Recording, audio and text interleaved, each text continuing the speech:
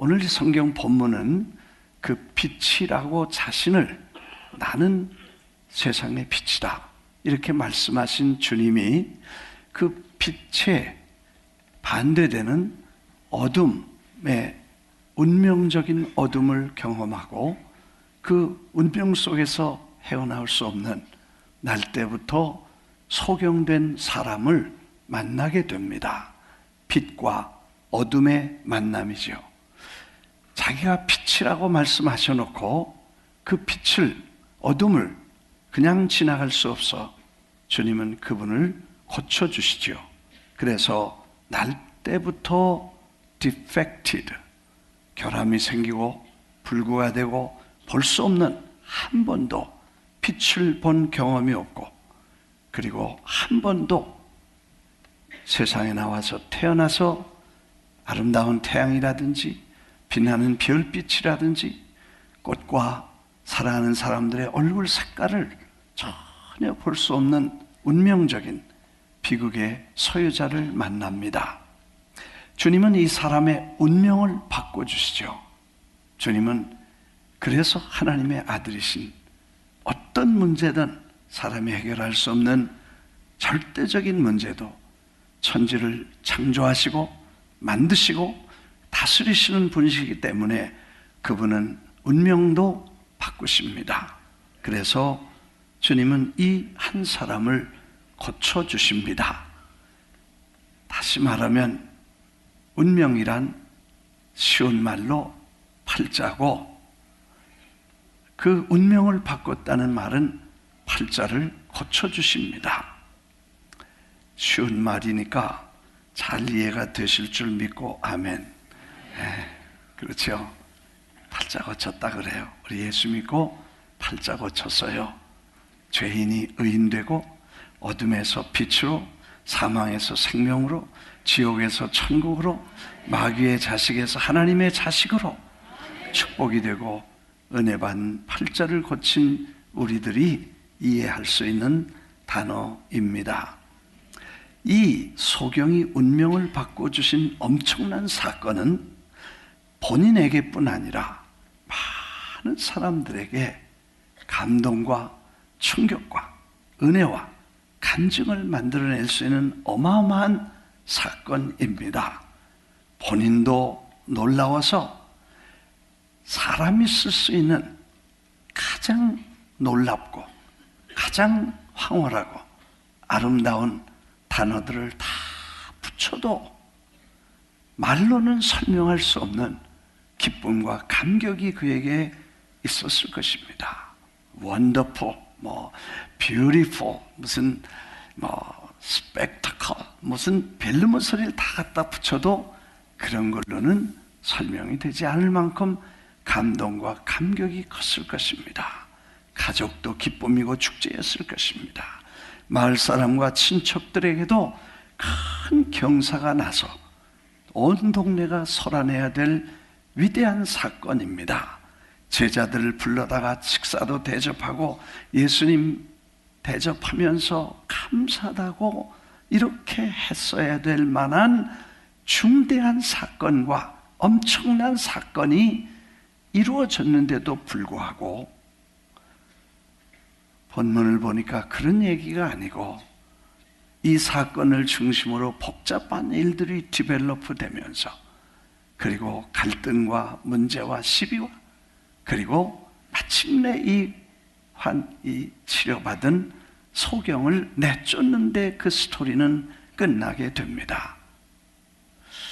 사실 이 사건을 중심으로 왜 이렇게 감격스럽고 이렇게 자랑스럽고 이렇게 놀라운 일이, 하나님의 아들 예수님이 오셔서 직접 전에도 없던 그런 기적을 베풀어 주셨는데도 불구하고 그거에 대한 축제나 감사나 경사나 무슨 감사 이런 것들이 없이 몽땅 주위에 있는 사건들은 전부 골치 아프고 혼란스럽고 시비가 생기고 마침내 이 경사를 만난 이 감격스러운 소경을 내쫓는 데서 끝났는가 하는 것이 오늘 우리가 한번 주위를 돌아보아야 되고, 우리도 그 옆에 섰었다면 나는 어디에 속하는가를 생각할 수 있게 되기를 바라는 것입니다.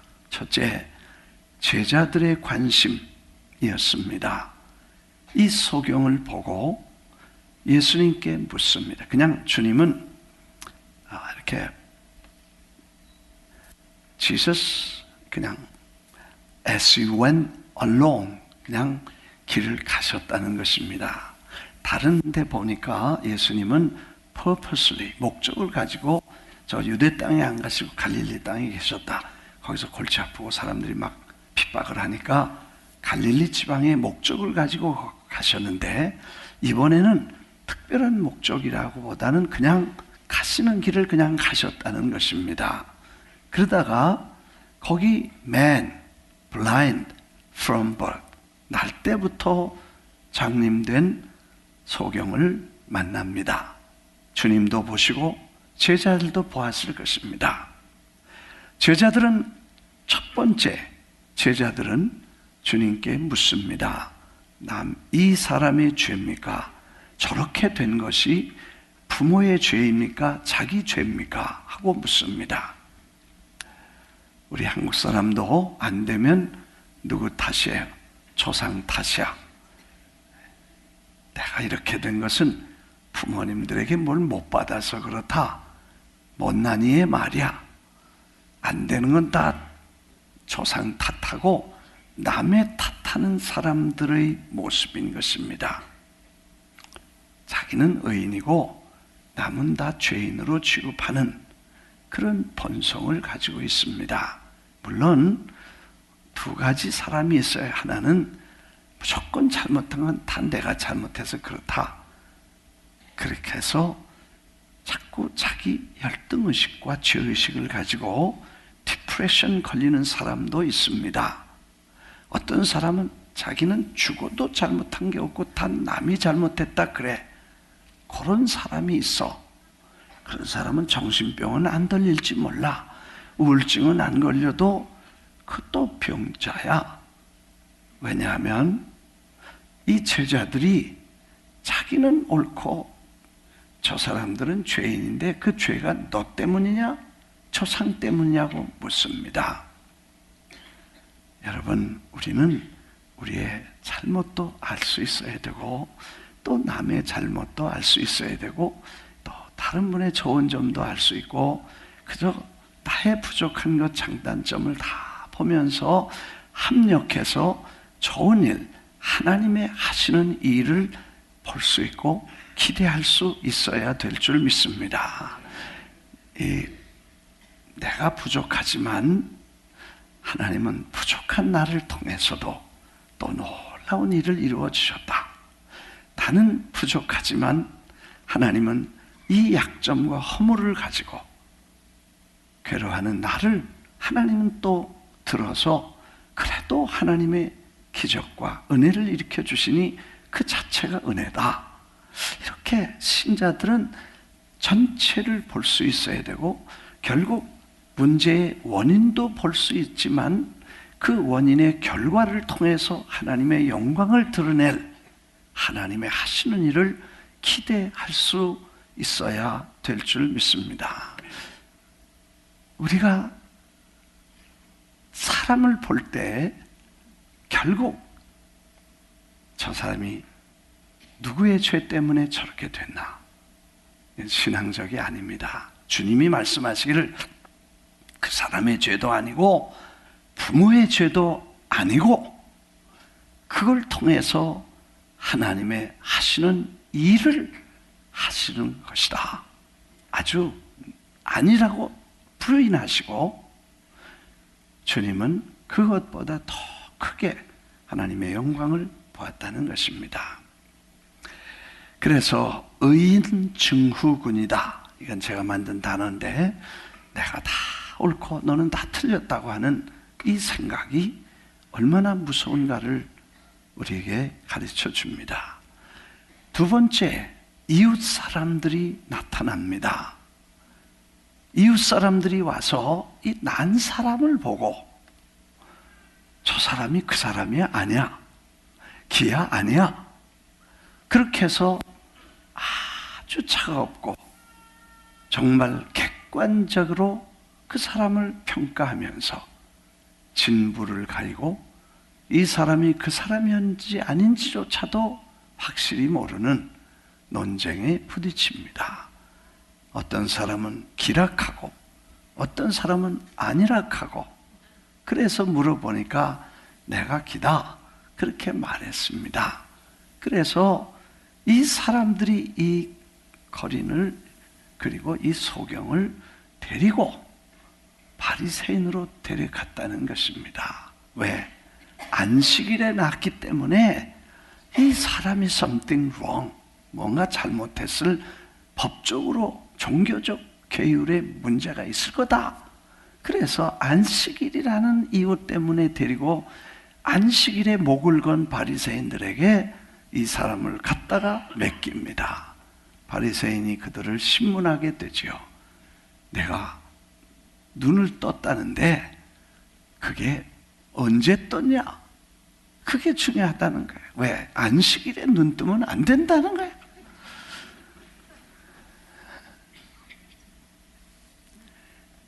정말 기가 막힌 얘기입니다. 눈을 떠서 지금은 이렇게 감격스러워서 정말 축하해 박수를 치고 그렇게 칭찬하고 정말 다행이라고 해야 될 사람들이 너 눈 난 게 언제냐? 안식일이라는 거예요. 주님이 정말 기가 막히셨을 것입니다. 그래서 내가 누가 이 눈을 뜨게 했냐? 누가 안식일을 범했냐? 그걸 따지는 겁니다. 예수라는 사람이 그렇게 했다. 그는 반드시 하나님에게서 온 사람이 아닐 거다. 왜? 이왕 고치려면 이 안식일이 아닌 다른 날 고치지 왜 그날 고쳤겠냐? 그러 이 눈을 뜨게 한 사람은 절대로 하나님께로 온 사람이 아닐 거다 하고 이렇게 비판과 판단을 내립니다. 오늘 우리가 조심스럽게 우리의 모습을 살펴봐야 되겠습니다. 내가 그 현장에 있었다면 나는 어떤 쪽에 소속된 사람일까 하고 생각해 보는 시간입니다. 율법주의 증후군이다. 신드롬, 릴리지어스 신드롬이라 그래요. 종교적 증후군. 이런 건 책에 없는 거 내가 만들었으니까 그냥 그런 대로 알아듣고 지나가십시오. 이 병자라는 거야. 병들었다는 거야. 이 증후군이라는 건 신드롬인데 집단적인 질병 현상이야. 그게 오늘 여기 나온 사람들의 모습입니다. 사실 또 다른 사람, 그래서 이제 붙여서 질문하다가 이 사람 말을 못 믿겠으니까 부모 데려와라 이렇게 됐어. 그래서 아버지하고 어머니하고 왔어. 그래서 너 도대체 어떻게 된 거냐? 이 아들이 내 아이냐? 예, 맞습니다. I know he's my son. 그러면 얘가 날 때부터 소경되었다는 말이 맞냐? Yes, sir, I know. 내가 안다. 그럼 누가 이 사람을 고쳐줬냐? I don't know. I know, but I don't know. 안다. 그럼 모른다. 시침 딱 뗐습니다. 그리고 지나갑니다. 왜? 그 말 했다가 큰일 나죠. 그때 벌써 예수님에 대한 얘기를 하면 그 커뮤니티에서 그 문화적으로 그 당시에 정치적으로 도저히 살아남을 수 없습니다. 잘라서 출교를 시키든지 파산을 해서 내보낸 그런 성경이기 때문에 거기서 감히 말을 못합니다. 제가 좀 더 깊이 드라마틱하게 생각해 보면 사실 이 사람이 소경되었다가 눈을 떴으므로 본인이 막 펄펄 뛰고 좋아하면서 예수님이 날 보게 해줬다고 막 떠들고 간증하고 다닐 것이 분명하고 그래야 되죠. 그 다음에 부모는 정말 정말 고맙고 감사합니다. 여러분, 나면서 애가 눈을 못 본 아이를 출생해서 그 아이를 보는 부모의 심정이 얼마나 가슴 아프겠습니까? 그리고 차라리 내가 눈을 멀었고 아이가 떴으면 그런 마음으로 일생을 산 저들, 눈이라도 하나 빼서 나누어주고 싶은 마음이 있었지만 그때는 그런 안구 무슨 수술을 할 수 있는 때가 아니었겠죠. 그래서 일생을 가슴 아프게 생각했던 사람이 자식이 어느 날 갑자기 와서 보입니다. 그러고 이렇게 감격스러운 일이 어디 있겠습니까? 그래서 제자들 불러와라, 누가 그랬는지 좀 모셔와라, 식사 좀 대접하다.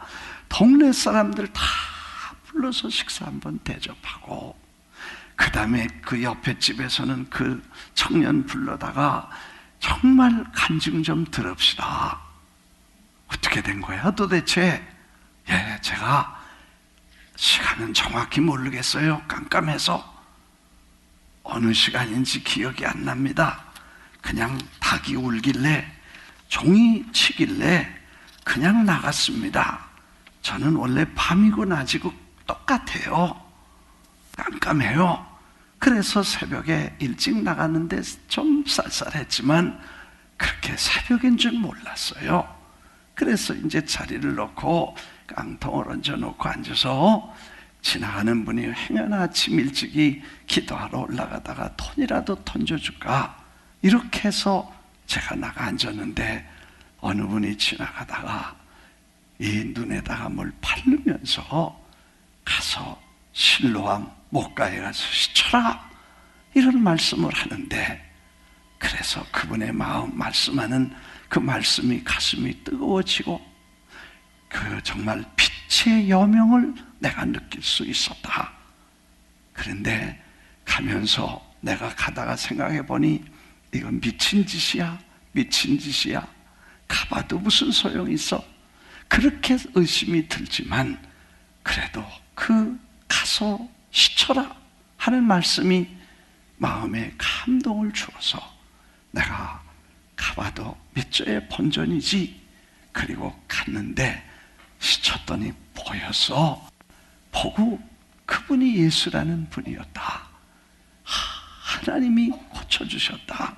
뭐 이렇게 간증들을 하고 막 집집마다 불러다가 식사 대접을 하고 그러면 온 동네가 부흥회가 되고 온 사방이 다 하나님께 영광을 돌릴 사건인데도 이 개념, 선입견과 편견이, 어떤 분은 견이란 볼견자를 개견자로 넣어서 사람은 개 두 마리를 다 가지고 있다. 하나는 편견이고 하나는 뭐예요? 선입견이다.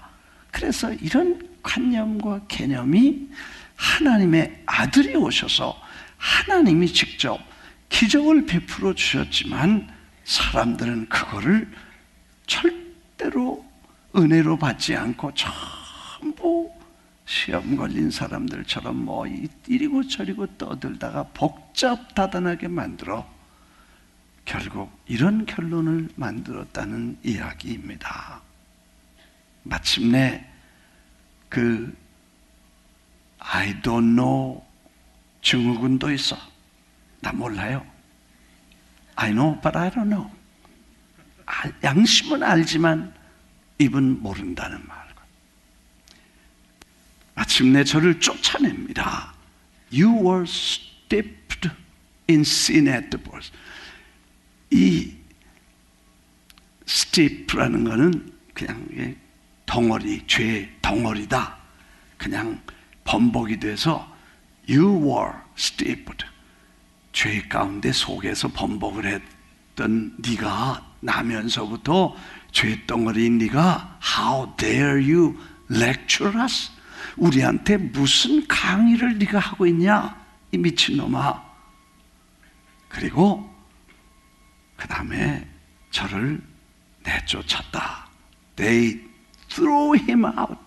그냥 발길로 찼는지 갖다 던졌는지 등짝이를 때렸는지 They threw him out. 밖으로 다 내쫓게 됐다는 것입니다. 그래서 다 쫓겨났어.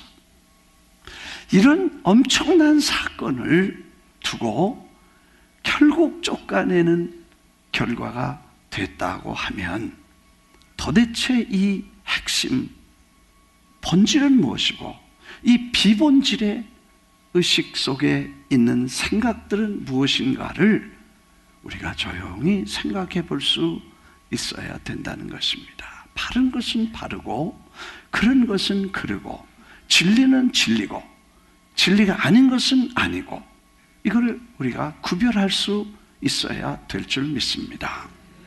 여러분, 우리가 종교개혁신앙, 종교개혁에 관한 신앙에 대한 얘기를 우리가 공부하면서 1200년대에는 프랑스의 발도, 저기 다 있으니까 뭐 안 써도 되겠다. 1300년대에는 영국의 위클리프, 지난번에 1400년대에는 체코의 얀 후스, 1500년대 들어와서 마틴 루터하고 츠빙글리하고 칼빈하고 이렇게 이제 종교개혁자들의 얘기를 주로 하면서 한 사람을 더 역사는 소개하는데 이태리의 사보나롤라라는 이름을 가진 이태리의 사람을 소개합니다. 1452년에 태어났는데 이 사람이 마틴 루터보다 30년을 앞섰습니다. 출생이. 그래서 한 30년, 1480년대 마틴 루터니까 30년 전에 이태리에서 태어난 사보나롤라라는 사람이 어떻게 소개되냐 하면 이 사람은 이미 이 네 사람의 3대 종교개혁자들과 함께 4대 프리 리포머, 그죠? 프리 리포머.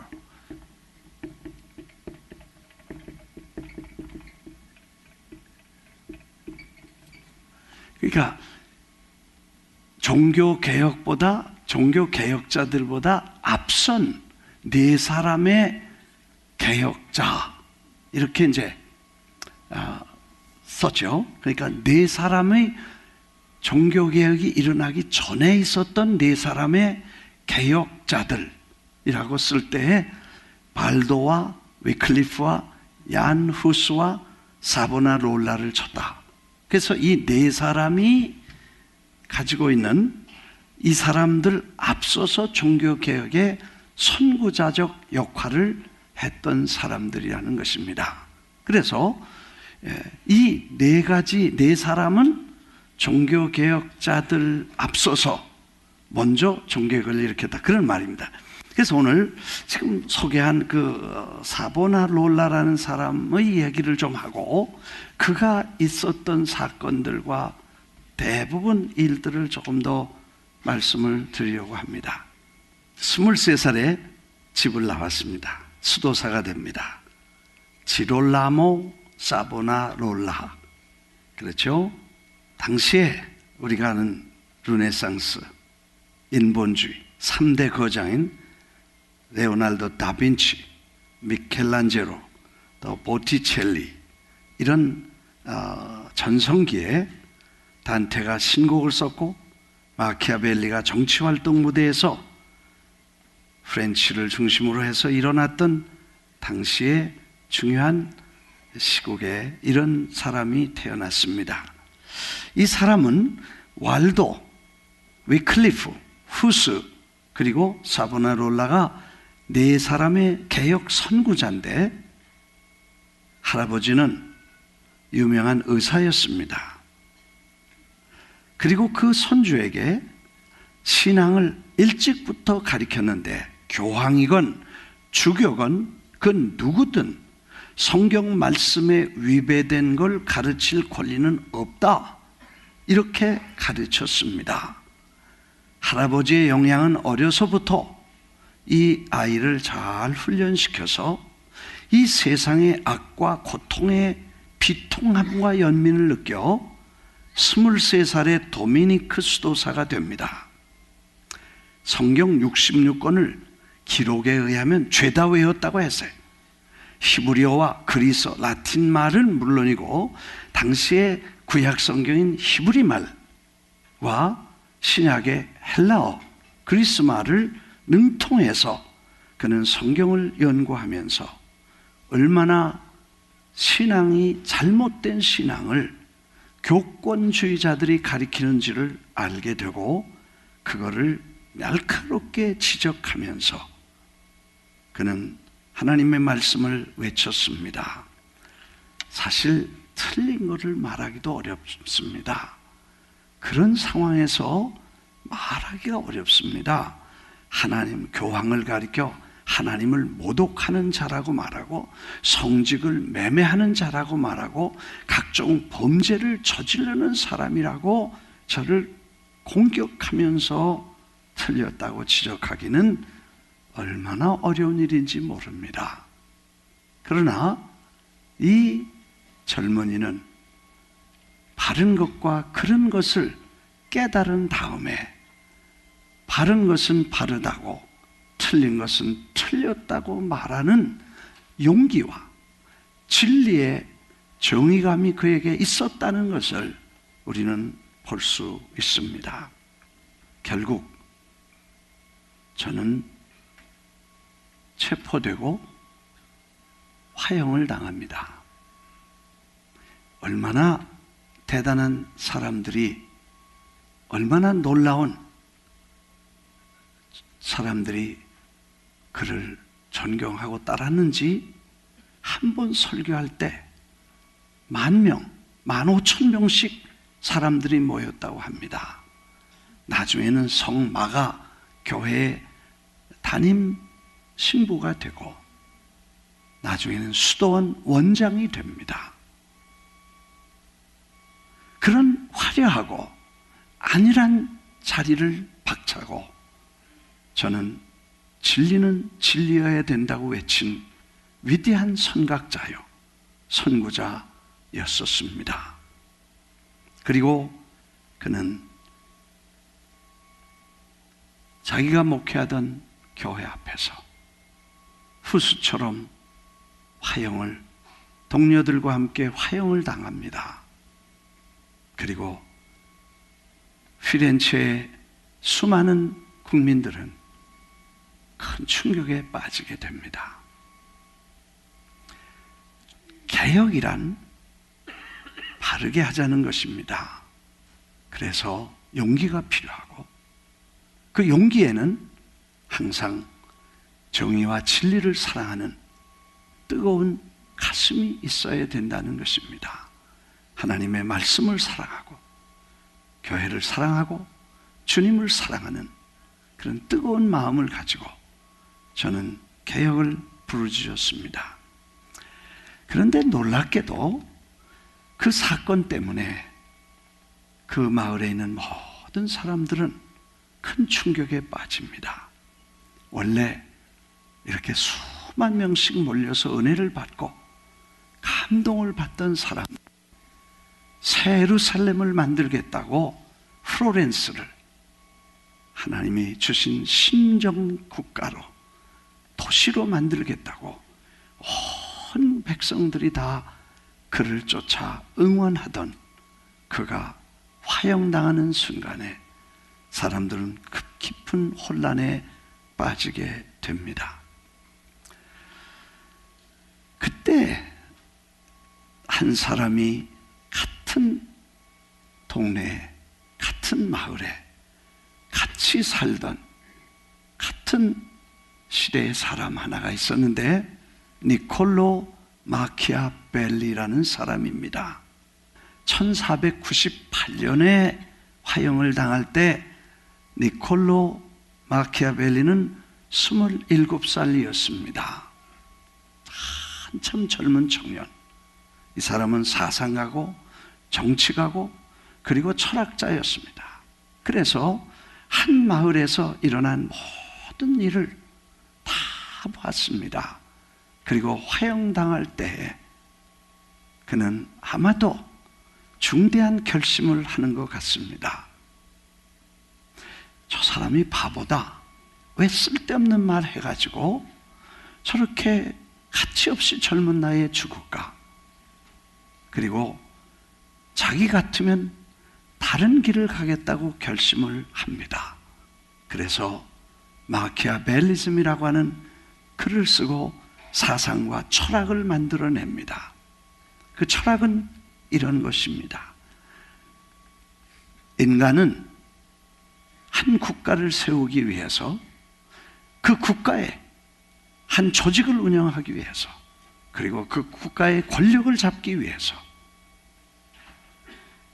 수단이나 방법이나 거짓말, 그리고 어떤 일도 관계없이 해야 된다.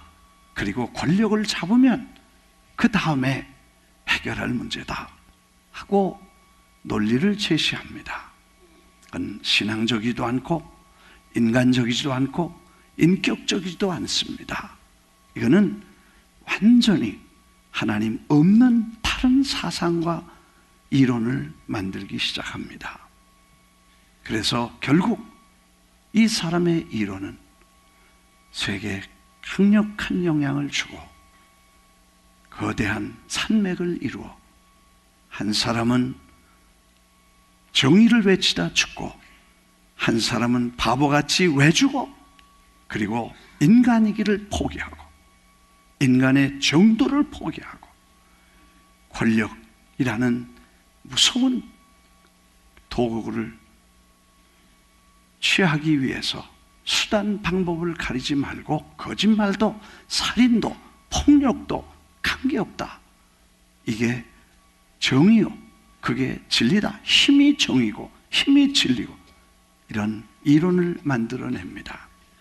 그 이론은 저 막스나 레닌을 거쳐서 그리고 저 소련의 프리스초프와 그리고 스탈린과 그리고 중국의 모택동과 북한의 김일성과 그리고 수많은 사람들에게 우리가 성경을 읽는 것처럼 성경을 소중하게 여기는 것처럼 성경을 따라 살려가는 것처럼 이 사람들은 이 책에 미쳐 사상의 뿌리를 내리고 그를 실천하는 모습을 보면서 이 거대한 두 사건은 같은 마을에서 같은 시절에 같은 세기에 같이 일어난 사건인데 도대체 이렇게 큰 다른 결과를 만들어냈다는 중대한 교훈을 오늘 요한복음 9장에 있는 말씀을 보면서 그 가능성을 우리가 지금 보게 되는 것입니다. 여러분, 정말 한 사람의 사상은 이렇게 엄청난 변화를 가져온다면 우리 한 사람 한 사람이 예수님이 이루어진 사건 앞에서 우리는 어떤 태도를 취할 것이며 지금 매일 일어나고 있는 사건 하나하나에서 나는 지금 어떤 태도를 가지고 있는가를 다시 한번 가슴에 손을 얹고 비춰봐야 될 심각한 사건을 우리에게 가르쳐주고 있다고 봅니다.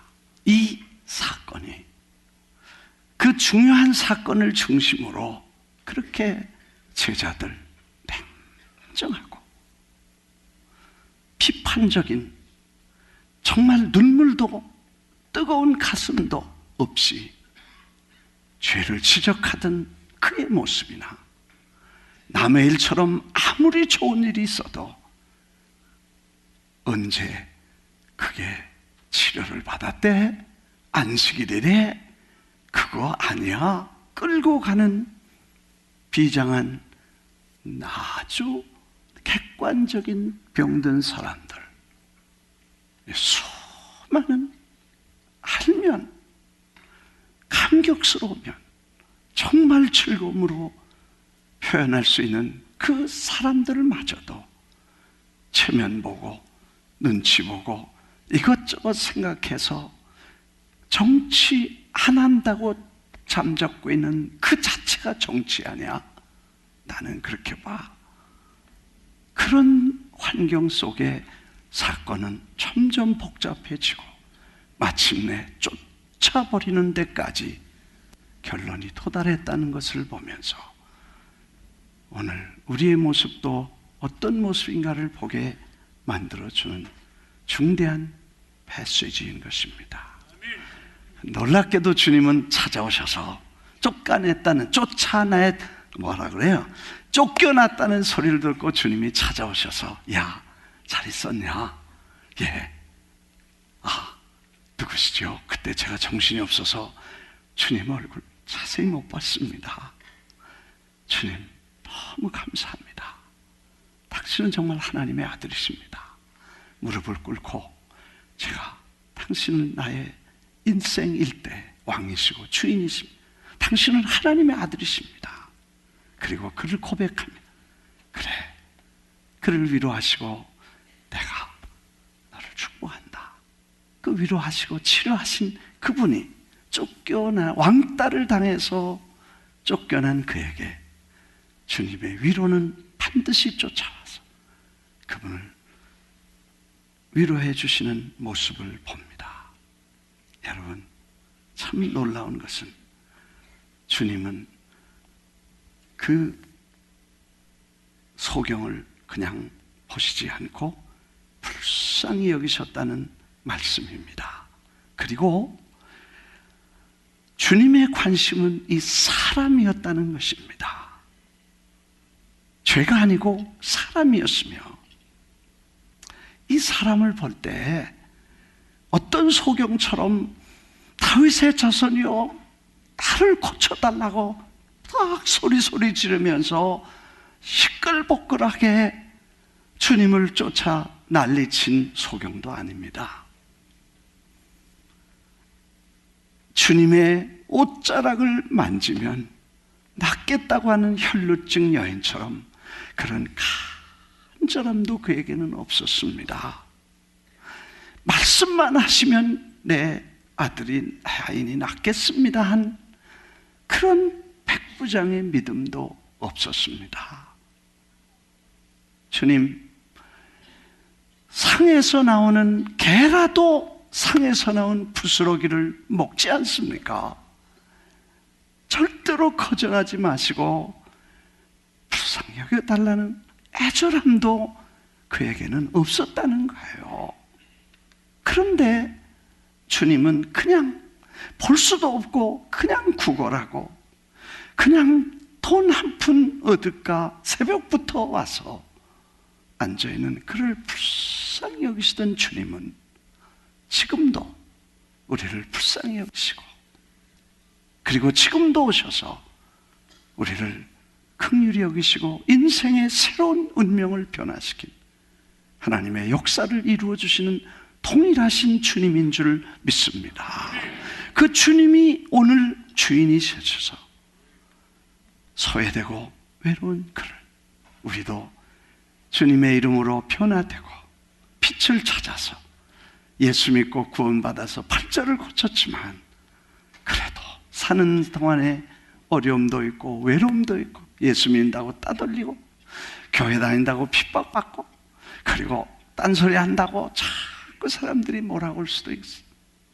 그런 외로울 때마다 주님은 오셔서 내가 너의 옆에 있다 찾아오셔서 그냥 말할 용기도 없고 외칠 힘도 없고 그리고 주님 간절한 믿음이나 주님을 향한 뜨거운 열정이 없을지라도 주님은 조용히 오셔서 한 사람 한 사람을 위로해 주시고 붙잡고 격려해 주시는 그분이 지금 우리 곁에 계신 줄 믿습니다. 기도하겠습니다.